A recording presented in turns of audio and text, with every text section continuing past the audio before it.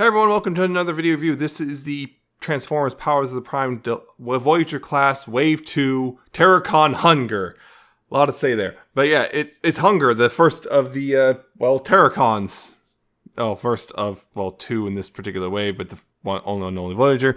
It was, double-head dragon. First, real quick, I mean it. Packaging. You see, standard Voyager box with the picture and everything on the front. And picture, oh look, Abominus on the side there. You can kind of see him. Little shot. More symbols and the Halo play pattern on the back, Transformers and all that stuff. How will the ravenous Terrorcon leader wield the power of the Primes? And as everyone has noted about this particular box, he has no head in a couple of the pictures, and it's pretty clear because of how it is. It was a Photoshop gone horribly wrong. So yeah, that's the box. Just like I said, real quick. And in said box, along with said figure, is his card and his instructions. Instructions are pretty clear because, I guess just they're a little bigger than some of the parts instructions. And yeah, his card, nice artwork there on the card, and it is Alchemist Hun-Gurrr. Harvest molecular nutrients to feed in barren environments. Oof, fun times there. Yes, Hun-Gurrr. Two-headed dragon thingy. That's what I'm going to call him. That's the official name. But yeah, you can see it's a very nice white and purple thing. Tiny bit of stickers, get stickers right here. This one, the stickers aren't too bad. I mean, they're not applied anywhere near any hinges or anything. They're fairly small, out of the way. So here, this guy's stickers aren't so bad. Can't say so much about the other Voyager of this wave. We'll get to her in a little bit. But yeah, it's a nice, mostly, I guess, a creamy bone white or so with nice pinkish spikes. The stickers here kind of present a little nice bit of detailing a little bit. I guess still don't like the shiny foil stickers they're doing, but You can see also the eyes are picked out in red. And, just the spine, you got purple all the way down the spine. Again, a little bit of gray. And what have you. You can also see on the sides, you have his shield/feet. Pretty simple stuff there. Port for the Prime Masters, or if I can get it out, it's pretty tight in there. This thing, which let's see if we can. Yeah, again, just like the Grimlock before, very tight fit. This little thing, another one of those not Power Prime Masters. What are they calling this one? Is it the same? Terrorcon Enigma. Okay. Yeah, so just another... Yeah, Terrorcon Enigma. Just another thing. Fits in these real well. Can also go in his torso mode real easily. Put all this stuff off to the side for now. Yeah, again, dragon. Two-headed dragon thing. It's real nice, actually. It's also kind of familiar in shape. We'll get to that in a little bit in that whole debate. But he's actually got some decent articulation and nice ratcheting. Rear hips, rear knees, feet can kind of, I guess, sort of move forward and back, but not really. You're kind of faking it. And you can also move outward, so you can have some wide poses, I guess. His tail can move up and down, although it's supposed to stay down, but it clicks into place, but you can move it up or down if you want. His front feet can move forward and back. That's it. They can move inward too, but that's, I don't think, very helpful. His heads and neck, I guess, because they're the robot legs. Lots of movement there and whatnot. Got a lot of movement. And his heads can go side to side and up and down as well. And his jaws can open and close, both of them. So it's a decent posability, at least up here at the front. Okay posability for the rear feet. And, posability for those front feet. But again, it's a nice little dragon guy. I like it as it stands, but I don't know, some people's mileage may vary. Yeah, it looks good. And just real quick, though, here's a Ripper Snapper, the first deluxe Terrorcon. Get to his review in a little bit. Yep, Ripper Snapper, Hun-Gurrr. they look pretty good. We'll see. You know, we'll update as the rest of the team comes out. I guess that's not probably for another few months, I guess. But there you go. And to get this guy into torso mode, we're going to go ahead and go to torso mode first here. So first thing you're going to do is just straighten these legs out and close these mouths if they're open and fold them back into here. And nice snug, fit nice and snugly into those cavities. You want to take these spines and there's a little tab right here. Take those and actually, nope, never mind. Don't do that yet. Got ahead of myself. Then you want to flip this all over because down here is where you want to straighten these rear legs out and click them into place. There's a little tab slot for this tab. Click into place and move this piece out, but also unfold the, I guess, dragon foot because it helps it sit a little better. Because otherwise, it's it's just doing that. See, so you want to do a little, it folds up a little bit, and then spin these around, 180, both of them. Then from here, take the legs, move them down. Just get out of the way for a bit. You want to open that flap up. There's the combiner head. Move it up and straighten out the head right here. There's little tabs on the side of the legs. I'm going to actually move this up and move that combiner head up here. There's little tabs on the side of the legs that go into the little slots on the neck, I guess. The armature for the head. And then you can tab those slots, tab those in those slots, and then down here there's little tabs on the bottom of the feet that go in these little slots here. Like such. Do that same on this leg. Make sure it's all lined up correctly. Make sure it's all the way tabbed in. And make sure this is double jointed here, so make sure that's all lined up or else you're going to be frustrated. Tab that in. Then take this chest piece thing and untab it. There's this one tab right here. A slot here, and this slot will go over the top of this tab on the head's platform. Tab that in, and then take the, I guess, front feet. There's little tabs here on the front feet that go like right here. They're supposed to go in these tab slots here. On mine, they don't quite line up, so I can never actually get them to stay in place. See? Don't ever quite line up. So your mileage may vary. I'm not sure if that's a common problem, but there you go on that. That's where they're supposed to, and take this tail and fold it up, and it'll cover up the hole in the back somewhat. And there's a torso mode. It's actually a pretty good torso, all things considered. I'm just gonna stand him up, hopefully. All right, there you go.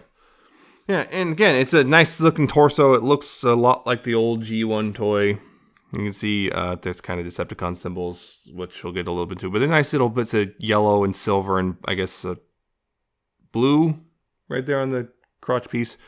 Gonna raise the camera up a little bit. There we go, that's a little better. Again, these shiny foil stickers kind of play a part here. They kind of help the decoration on the torso here. Oh, and I forgot one thing. There's a antenna. There we go. That's even better. That's even better, huh?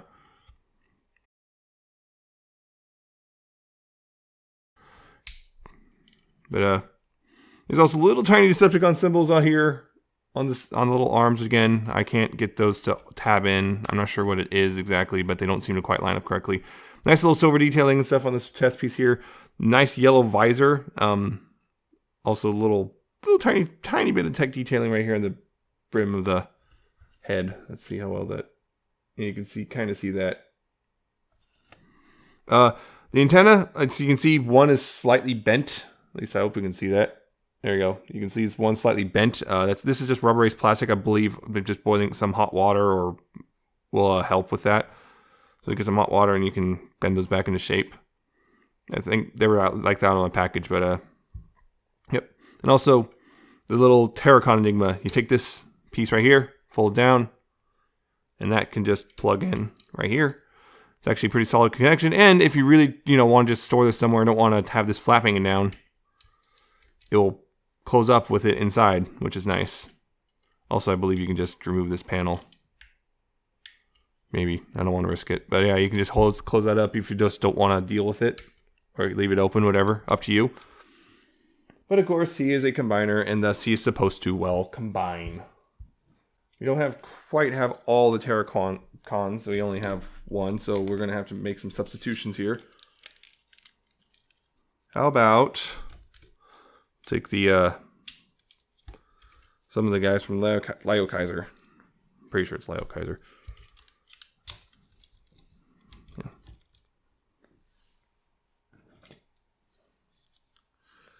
Screening some of this. Yep, so those plug in down there. Just like usual, it's Combiner Wars. Everyone knows how this works. Take that. Slots in from the top. Slots in from the top. And because I do have Ripper Snapper, though, I'm going to go ahead and put him in. Apparently he's supposed to be the left arm, but for now he'll be the right arm. Slot in from the top, and there you go.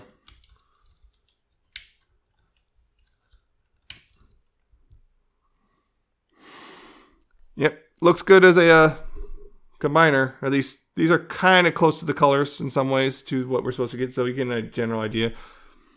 But yeah, you can see from here, of course, part articulation as usual. Nice clicky hips outward as well, and a thigh swivel. And I just knocked something down. I see, knocked the gun off. But you can see how his articulation works in this mode.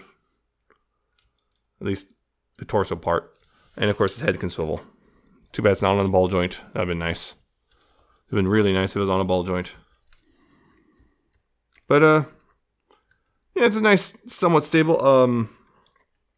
Gonna have to use definitely use the extra hands from the other Terrorcons for this, because I don't think these feet are quite enough. I'm noticing it's a little, I think that's my problem, is these feet are a little narrow. I wish these feet were just a bit wider, because even Combiner Wars feet are bigger than this, and I always felt those were too small. So that's one thing I'm hoping will, maybe a third party will address, is once again, bigger feet. Probably Perfect Effect. Yeah, it's a good torso. I think it's based on one of the best torsos of Combiner Wars. So there you go. Anyway, we're going to disassemble this guy. To give you a small preview of Abominus, somewhat. We'll get to the real Abominus in the future, when those all come out. But I'm going to have to drop this camera back down. Getting this guy to robot mode. Okay, first thing is first is take those antennae I forgot earlier and put them down. Otherwise, you're going to bend them up. Bend them down and take this, unplug. Yes, the combiner thing is still in there. Take this and plug it back down here. Take these leg pieces.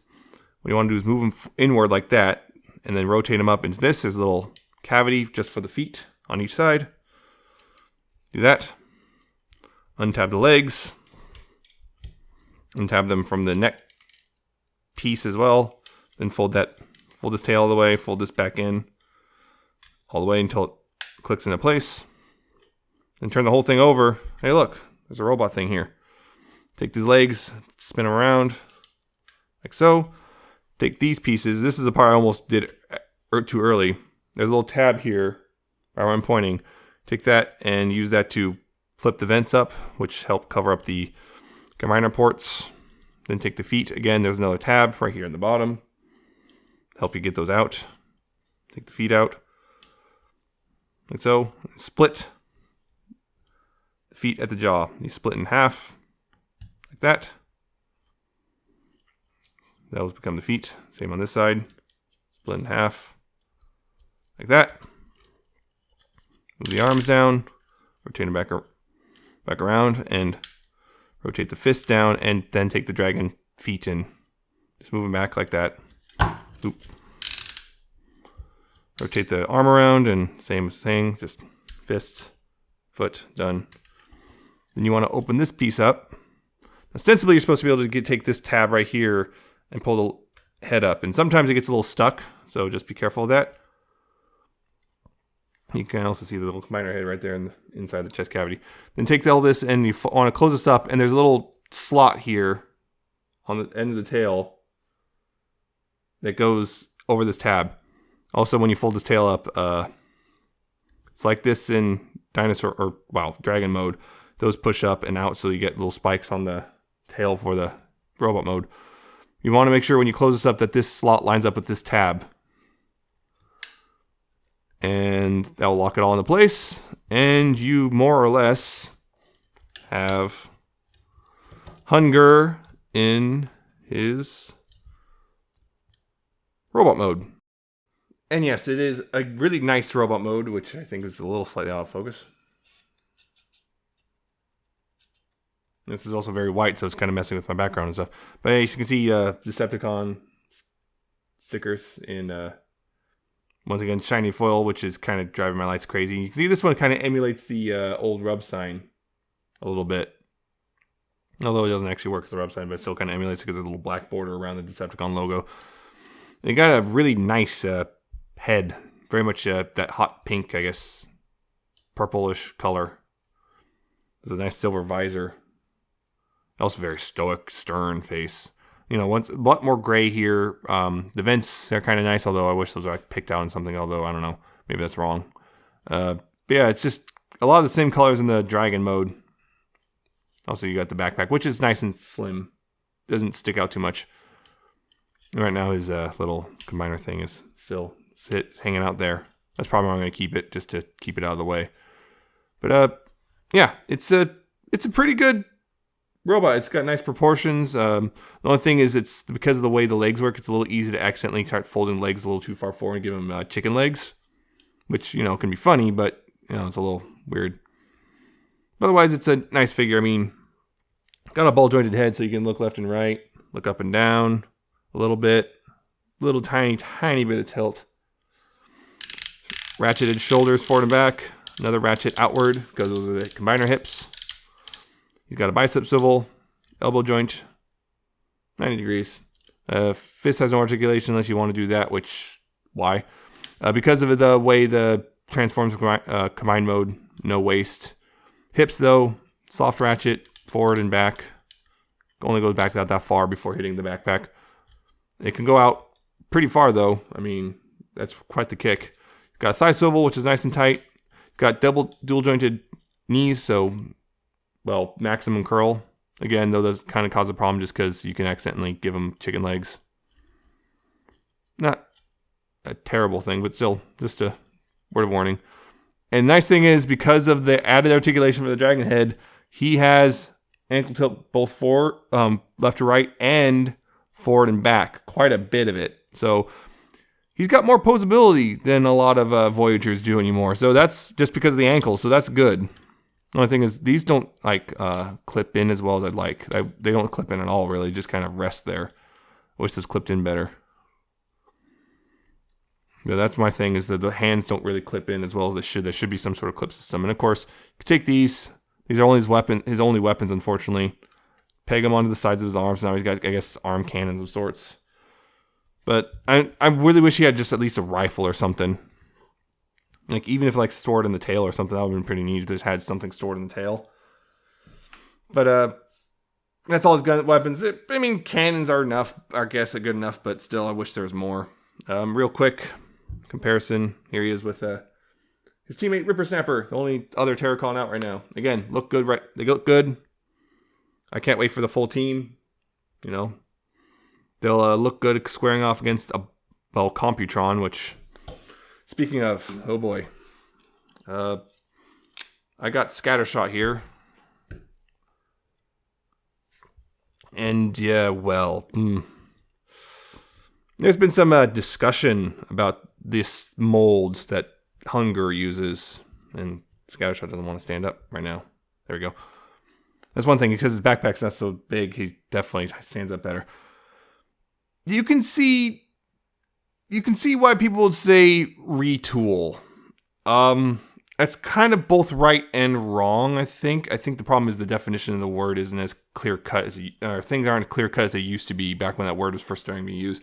Thing is, they're pretty clearly, even though all the parts are new molding and stuff, they don't have to share like any real parts with each other. Like, everything's new, but they pretty clearly have a shared skeleton and engineering. That's very, very obvious. I mean, they both store the combiner head in the same way, which comes out the same way. They both have the robot heads stored the same way, which this one's actually slightly off, I think. The combiner heads are stored in the same spot, but they come out differently. They have the same sort of shoulders, and they have their